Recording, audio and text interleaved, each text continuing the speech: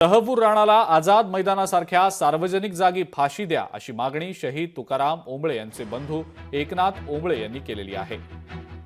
शिक्षा द्यायला कसाबसारखा उशीर केला जाऊ नये अशी अपेक्षा देखील त्यांनी सरकारकडे व्यक्त केलेली आहे। यावेळेला 26/11च्या आठवणींना एकनाथ ओंबळे यांना भरून आलेलं होतं।